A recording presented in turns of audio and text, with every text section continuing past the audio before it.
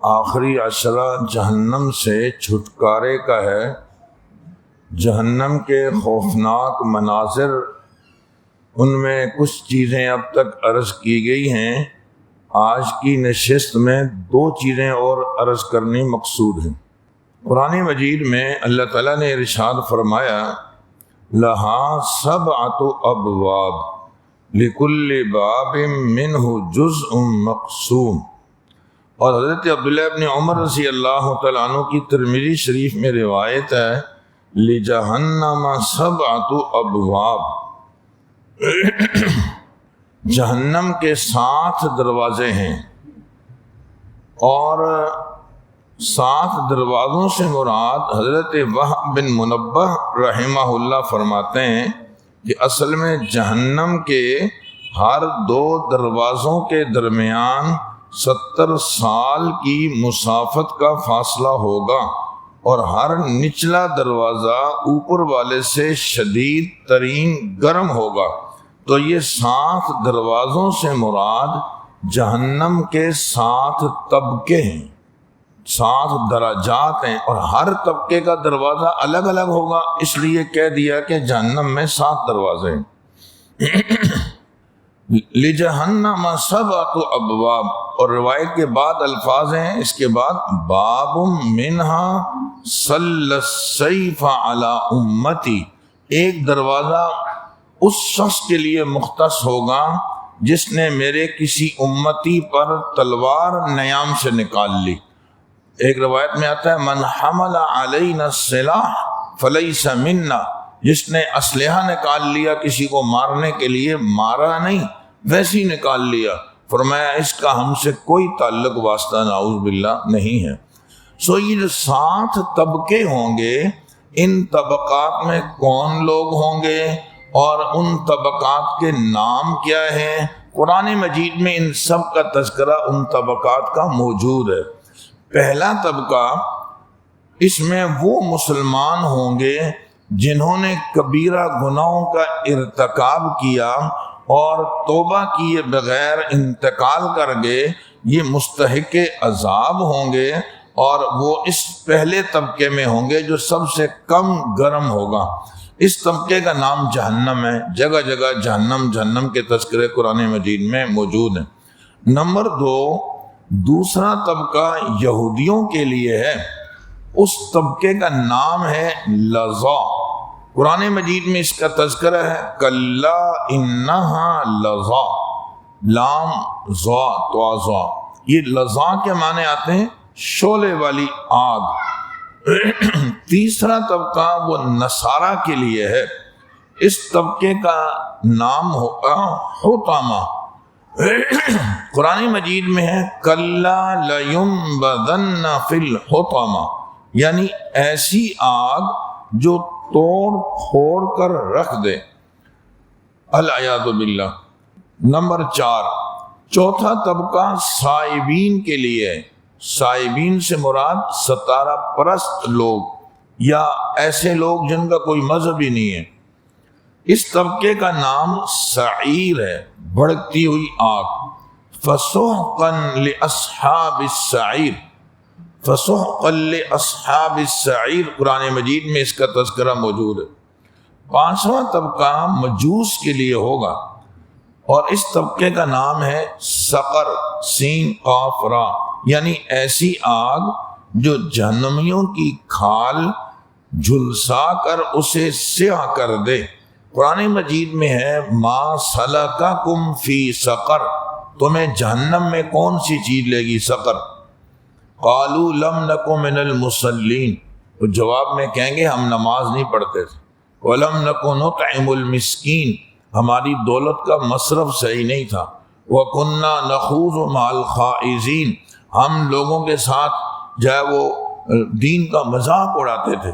وَكُنَّا نُكَذِّبُ بِيَوْمِ الدِّينِ، اور قیامت کے دن کا ہم نعوذ باللہ انکار کرتے تھے۔ حَتَّى أَتَانَا الْيَقِينَ، اچانک موت آ گئی، ہم کوئی توبہ طائب نہ ہو سکے۔ فَمَا تَنْفَعُهُمْ شَفَاعَةُ الشَّافِعِينَ، قیامت میں لوگ ایک دوسرے کی سفارش بھی کریں گے۔ ایک بندہ جہنمیوں کی لائن میں لگا ہوگا، دوسرا جنتیوں کی لائن میں، یہ جہنمیوں والی لین سے ایک بندہ باہر نکلے گا، دوسرے کو بولے گا مجھے جانتے ہو کہ نہیں، میں وہی تو ہوں جو تمہارا ایک کام کیا تھا، میں نے تمہیں پانی پلایا تھا، میں نے تمہیں کھانا کھلایا تھا، تم راستہ بھول گئے، میں نے تمہیں راستہ دکھایا، ابھی دیکھو نا میں جہنم میں جا رہا ہوں، میرا تم پر ایک احسان ہے، تو میری سفارش کرو تاکہ میں باہر آ جاؤں۔ وہ سفارش کرے گا، حدیث میں اللہ اس کی سفارش قبول فرما لے۔ لیکن یہ بدنصیب جس نے نہ کبھی نماز پڑھی، نہ اس نے جو ہے وہ دولت کو صحیح استعمال کیا، اور دین کے خلاف باتیں کرتا رہا اور آخرت کا انکار کرتا رہا، سارے لوگ مل کر بھی سفارش کریں گے، اس کو کوئی فائدہ نہیں ہوگا۔ فما تنفعهم شفاعۃ الشافعین، یہ مجوسیوں کا یہ طبقہ ہوگا۔ نمبر 6، چھٹا طبقہ مشرکین کے لیے ہے، جس کا نام جہیم ہے، یعنی وہ آگ جو انسان کو بھون کر رکھ دے۔ قرآن مجید میں ہے ان الفجار لفی جہیم۔ نمبر 7، ساتواں طبقہ منافقین کا ہے، ان المنافقین فی الدرک الاسفل من النار۔ اس طبقے کا نام حاویہ ہے، قرآن مجید میں اس کا تذکرہ موجود ہے، فَأُمُّهُ حاویہ۔ حاویہ کے معنی انتہائی گہری کھائی، جو بندہ کسی کہتا ہے نا گہری کھائی میں گاڑی گر گئی، انتہائی گہری کھائی، یہ جہنم کا ایک طبقہ ہوگا۔ اور جہنم کے اس طبقے کی گہرائی کتنی ہے؟ حدیث میں آتا ہے جہنم کے کنارے سے اگر ایک پتھر نیچے پھینک دیا جائے تو وہ 70 سال تک گرتا ہی رہے گا۔ الیاذ باللہ، تو کتنی گہری ہوگی۔ اللہم اجرنا من النار، اللہ ہم سب کو آگ سے نجات عطا فرما۔ ایک دوسری بات جو آج کی مجلس میں عرض کرنی ہے کہ جہنم میں داخلے کے وقت جو خوفناک منظر قائم ہوگا، قرآن مجید میں اس کی عکاسی موجود ہے۔ جن بدبختوں کے متعلق جہنم کا فیصلہ ہو جائے گا کہ یہ جہنمی ہے، ان کی گردنوں میں توق، ہاتھوں میں زنجیر اور پاؤں میں بیڑیاں پہنا کر جہنم میں پھینک دیا جائے گا۔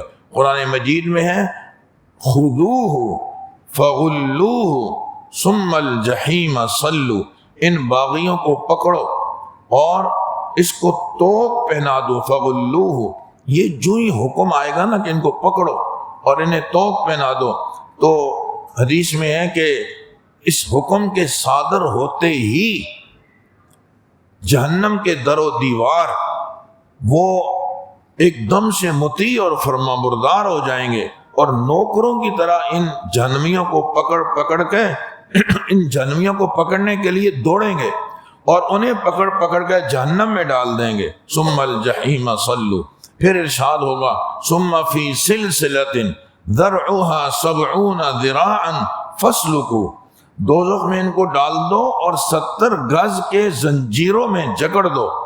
دوزخ کے فرشتے ان باغیوں سے جن کو انہوں نے پکڑ لیا ہوگا، ان کو لے جا کر جہنم میں ڈال دیں گے، آگے دروازہ نعوذ باللہ بند ہو جائے گا۔ اللہ تعالیٰ کا وعدہ ہے جہنم سے، کیا لَأَمْلَأَنَّ جَهَنَّمَ مِنَ الْجِنَّةِ وَالنَّاسِ أَجْمَعِينَ، میں جنات اور انسانوں سے جہنم کو بھروں گا۔ جب اتنا بڑا حصہ طبقہ چلا جائے گا جہنم میں انسانوں کا، تو اللہ تعالیٰ جہنم سے فرمائیں گے جہنم سے کہا جائے گا کہ کیا حلم طلعت، تو بھر گئی، تیرے اندر مزید گنجائش ہے؟ تو جہنم جواب میں کہے گی حل من مزید، وہاں بہت جگہ ہے اور کچھ ہیں تو بھیج دو، حل من مزید۔ یہ یہاں اللہ تعالیٰ کی مہربانی اور کرم نوازی سامنے آ جائے گی۔ حدیث میں آتا ہے، آگے جنت کا تذکرہ انشاءاللہ آئے گا کہ جنت بھی جب بھر جائے گی تو کہا جائے گا بھر گئی، تو وہ جنت کہے گی اور ہیں، تو اللہ تعالیٰ فرمائیں گے ہاں جنت تو مانگ رہی ہے، بندے اور بھی لاؤ، تو اللہ تعالیٰ اپنی شان کریمی سے ایک مخلوق اور پیدا فرما دیں گے، اس کو بھی جنت میں بھیج دیں گے تاکہ جنت بھی بھر جائے۔ لیکن جہنم کے لیے نئی مخلوق پیدا کر کے جہنم میں نہیں ڈالی جائے گی، بلکہ حدیث میں حتی یضع رب العزت فیہا قدمہ، اللہ تعالیٰ اپنا پاؤں مبارک جہنم میں رکھ دیں گے، یہاں تک کہ وہ کہے گی قط قط، بس بس بس اب میں بھر گئی۔ اس کے بعد پھر جہنم کبھی بھی زیادتی کا مطالبہ نہیں کرے گی۔ اللہ رب العزت ہم سب کو جہنم کے ان خوفناک مناظر سے محفوظ فرمائے۔ ہم تو جہنم کا نام سن کے ڈرتے ہیں، چہ جائے کہ اس کی ان تفصیلات میں اور گہرائی میں جائیں تو ہر روز آدمی کو رمضان کے علاوہ بھی جہنم سے پناہ مانگتے رہنے چاہیے۔ اور بڑی پیاری دعا، اللہم انی اسألک رضاک والجنہ واعوذ بک من غضبک والنار۔ اور لکھا ہے کتابوں میں کہ آدمی احرام جب باندھ لے اور حج پہ جا رہا ہو تو اس کو بھی چاہیے کہ درود شریف کے بعد تلبیہ پڑھے، پھر درود شریف پڑھے، پھر یہ دعا پڑھے، اور عرفات کے میدان میں بھی اس دعا کو پڑھے، مقبولیت کی ہر جگہ اس دعا کو پڑھے۔ تو ہمیں بھی رمضان شریف میں اس دعا کا اہتمام کرنا چاہیے۔ اللہم انی اسألک رضاک والجنہ، اے اللہ میں تجھ سے تیری رضامندی اور جنت کا سوال کرتا ہوں، وَأَعُوذُ بِكَ مِنْ غَضَبِكَ وَالنَّارِ، اور اے اللہ میں تجھ سے تیرے غصے اور جہنم کی پناہ مانگتا ہوں۔ اللہ تعالی ہمیں عمل کی توفیق عطا فرمائے۔